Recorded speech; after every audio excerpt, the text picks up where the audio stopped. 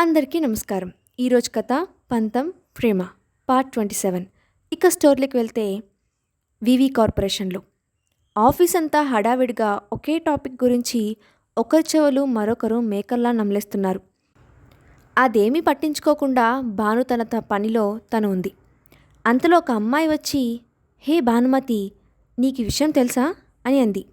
నువ్వు చెప్తానే కదా నాకు తెలిసేది అని అంది భాను. కరణ్ మన డిపార్ట్మెంట్కి వస్తున్నాడంట. ఇకపై తన ఇంటర్న్షిప్ కంప్లీట్ అయ్యే వరకు మన డిపార్ట్మెంట్లోనే వర్క్ చేస్తాడట అని ఎక్సైట్ అవుతూ చెప్పింది ఆ అమ్మాయి. కరణ్ పేరు వినగానే భాను, అబ్బా వీడు ఈ డిపార్ట్మెంట్కి ఎందుకు వస్తున్నాడు అని అనుకుంది. ఆ అమ్మాయి మళ్ళీ మాట్లాడుతూ, నువ్వు ఇంతకుముందు ఎప్పుడైనా కరణ్ని చూసావా అని అడిగింది ఆ అమ్మాయి. లేదు అన్నట్టుగా తల అడ్డంగా ఊపింది భాను. అయ్యో చూడలేదా, అచ్చు కామిక్ హీరోలా ఉంటాడు అని ఊహల్లో తేలిపోతూ అంది ఆ అమ్మాయి. వాడు కామిక్ హీరోనా, గాడిద గుడ్డేం కాదు, వాడి నిజ స్వరూపం చూడాలి నువ్వు. వామ్మో బ్రహ్మరాక్షసుడు అంటూ పారిపోతావు అని అనుకున్న భాను, లేదు అతని గురించి నాకు తెలియదు, మళ్ళీ వచ్చి వింటాను. ఇప్పుడు అర్జెంటుగా నేను ఈ ఫైల్ను హరీష్ సార్కి ఇవ్వాలి అని చెప్పి అక్కడ నుండి వెళ్ళిపోయింది భాను. ఆ రోజు సాయంత్రం ఆఫీస్ అయిపోయిన తర్వాత ఆఫీస్ నుండి బయటకు వచ్చిన భాను సుమనకు కాల్ చేసింది. అంతకుముందు సుమన కాల్ చేసి ఈవినింగ్ సరదాగా షాపింగ్కి వెళ్దామని చెప్పింది. ఈవినింగ్ షాపింగ్ ఏంటి అని అన్న భానుతో, వీకెండ్లో నువ్వు ఎలాగో ఫ్రీగా ఉండవు, నేను కూడా 2 వీక్స్ ట్రిప్కి వెళ్తున్నా, అందుకే ఇప్పుడు వెళ్దాం అని గోల చేయడంతో ఇక తప్పక ఓకే అని చెప్పింది భాను. అరగంట తర్వాత ఇద్దరు కలిసి ఒక మాల్లోకి వెళ్ళారు. ఒక 2 గంటల సేపు మాల్ మొత్తం తిరిగి ఒక డ్రెస్ తీసుకొని వాటికి బిల్ వేయించి వాటిని తీసుకొని బయటకు వచ్చారు భాను సుమన. అక్కడ నుండి బయటకు వచ్చిన తర్వాత ఇప్పుడు ఎక్కడికి వెళ్దాం అని అంది సుమన. నేను ఇంటికి వెళ్తా అని అన్న భాను వైపు చిరుకోపంగా చూస్తూ, నో వే, డిన్నర్ కూడా చేసి అప్పుడు వెళ్దాం అని అంది సుమన. ఈరోజు నన్ను చంపేద్దామని అనుకుంటున్నావా? ఇప్పటికీ 3 గంటల నుండి తిప్పుతూనే ఉన్నావు, ఇంకా అంటే నా వల్ల కాదు అని అంది భాను. నువ్వు అసలు నాకు టైం ఇవ్వట్లేదు అని మూతి ముడుచుకున్న సుమన వైపు చూస్తూ, ఇప్పుడు ఎందుకని సవ్యంగా ఉన్న ఆ మూతిని అసవ్యంగా తిప్పి అస్తవ్యస్తంగా మార్చి భయపెడుతున్నావు అని అంది భాను. హిహిహి, అయితే నువ్వు ఒప్పుకున్నట్లేగా అని అంది సుమన. ఒప్పుకున్న పెళ్ళికి వాయించక తప్పుతుందా అంటూ సుమన వెనకే వెళ్ళింది భాను. వెళ్తున్న వాళ్లకు కృష్ణా బ్రిడ్జ్ పక్కన ఉన్న పానీపూరి అండ్ చాట్ బండి కనిపించేసరికి ఒకరి ముఖాలు ఒకరు చూసుకున్న భాను సుమన ముసుముసుగా నవ్వుకుంటూ కార్ పక్కన ఆపి పానీపూరి బండి దగ్గరకు వెళ్ళారు. తింటున్న సమయంలో అక్కడికి ఒక వ్యక్తి వచ్చి, ఈ కార్ ఎవరిది అని అడగడంతో అటుగా వెళ్ళింది సుమన. ఏంటమ్మా, ఇక్కడ కార్ ఆపకూడదని తెలియదా అని కాస్త వాయిస్ రైజ్ చేసి ఆ వ్యక్తి అడగడంతో, ఇక్కడ ఆపకూడదని బోర్డు పెట్టి ఉందా తెలియడానికి అని అంది సుమన. ఆ సమాధానానికి అవాక్కైన ఆ వ్యక్తి, ఇక్కడ కార్ ఆపకూడదు, వచ్చిపోయే వారికి అడ్డం కదూ అని అన్నాడు. కాదే అని అంది సుమన. లేదమ్మా అడ్డమే అని అన్నాడు అతను. అప్పుడే భాను కూడా అక్కడికి వచ్చింది. ఓ, అయితే వచ్చిపోయే వారంతా రోడ్డుపై అడ్డంగా పెట్టిన నా కార్ వల్ల ఆగిపోతున్నారన్నమాట అని వెటకారంగా అంది సుమన, పక్కకు పెట్టిన తన కారును చూపిస్తూ. భాను పక్క నుండి ఒక వ్యక్తి వాళ్ళ దగ్గరకు వచ్చి ఏమైంది అని అడిగాడు. అతన్ని చూడగానే, అది కారు ఇక్కడ అడ్డంగా అని ఒక్కో మాటని చెప్తున్న అతని వైపు చూస్తూ, ఇప్పటి వరకు ఓ వచ్చేసావు, ఇప్పుడేంటి సాగదీస్తున్నావు అని అంది సుమన. ఏం లేదు సార్, నా కొట్టుకు కారు అడ్డంగా ఉంది అని చెప్తున్నా అని అన్నాడు ఆ వ్యక్తి. అతను చెప్పింది విన్న భాను పక్కకు చూసింది. కార్కి నీ కొట్టుకు ఉన్న చోటుకి అసలు సంబంధమే లేదు, ఏంటి గొడవ చేసి డబ్బులు లాగాలని అనుకుంటున్నావా అని దబాయించింది సుమన. లేదు లేదు అంటూ వెనక్కి వెళ్ళిపోయాడు అతను. సుమన కార్ కాస్త దూరంగా పార్క్ చేయి అని అంది భాను. ఏ, మన కార్ ఏం అతని కొట్టుకు అడ్డుగా లేదుగా అని అంది సుమన. లేదు, కానీ కార్ ఇక్కడ ఉంటే అతని షాప్ బయటకు కనపడదు అని అంది భాను. నువ్వు ఎప్పుడూ ఇంతే అని అంటూ కారును వేరే చోట పార్క్ చేయడానికి వెళ్ళింది సుమన.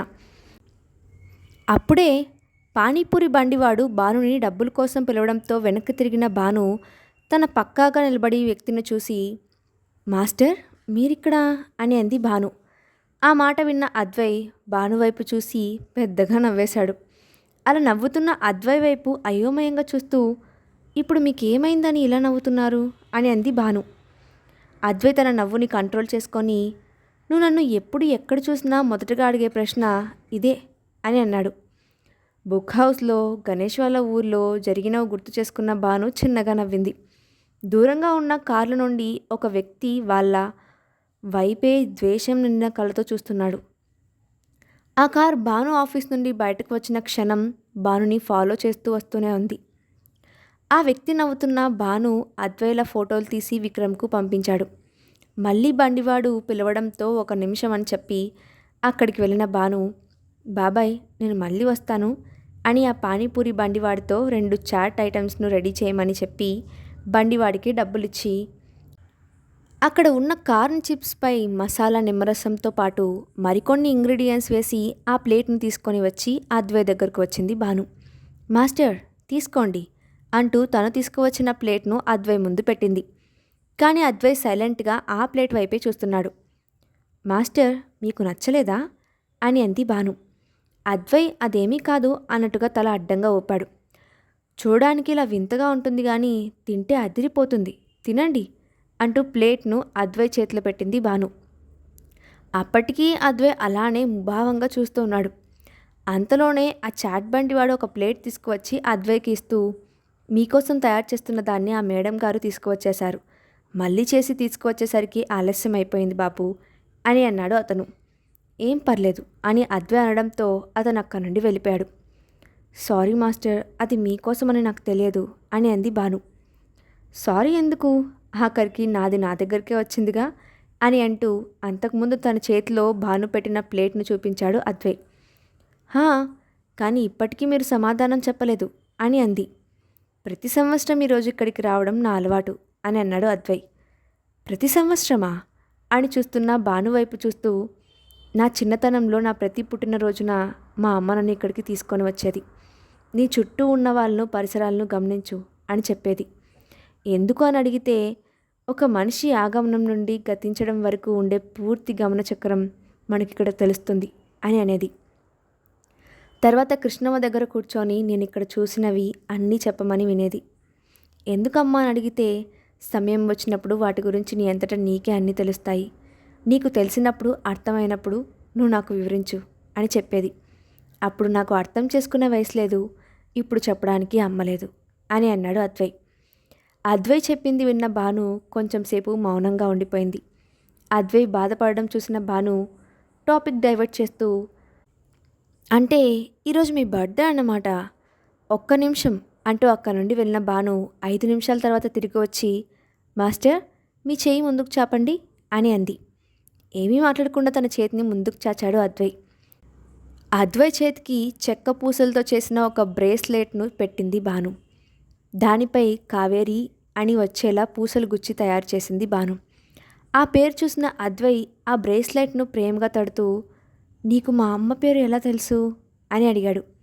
అదా, 3 days బ్యాక్ మీరు మీ కంపెనీ సీఈఓగా బాధ్యతలు తీసుకున్నట్టుగా న్యూస్ చూశాను. అప్పుడే మీ ఫ్యామిలీ డీటెయిల్స్ కూడా తెలిసాయి. అలా మీ అమ్మగారి పేరు కావేరి అని తెలిసింది అని చెప్పింది భాను. భాను అద్వైకు బ్రేస్లెట్ పెట్టడం, వాళ్ళిద్దరూ మాట్లాడుకోవడం అంతా దూరం నుంచి చూసి కోపంతో రగిలిపోతూ కార్ స్టార్ట్ చేసుకొని అక్కడి నుండి వెళ్ళిపోయాడు ఆ వ్యక్తి. పక్కనే ఉన్న చాట్ ప్లేట్ని చూసి, ఓ చల్లారిపోతుంది అంటూ తన ప్లేట్ను తీసుకోబోతున్న భాను దగ్గర నుండి ఆ ప్లేట్ను తీసుకొని మరో ప్లేట్ను భానుకి ఇచ్చాడు అద్వై. అదేంటి, అతను మీకోసం తీసుకువచ్చింది ఆ ప్లేట్ కదా అని అంది భాను ఆ ప్లేట్లోనే చాట్ని తింటూ.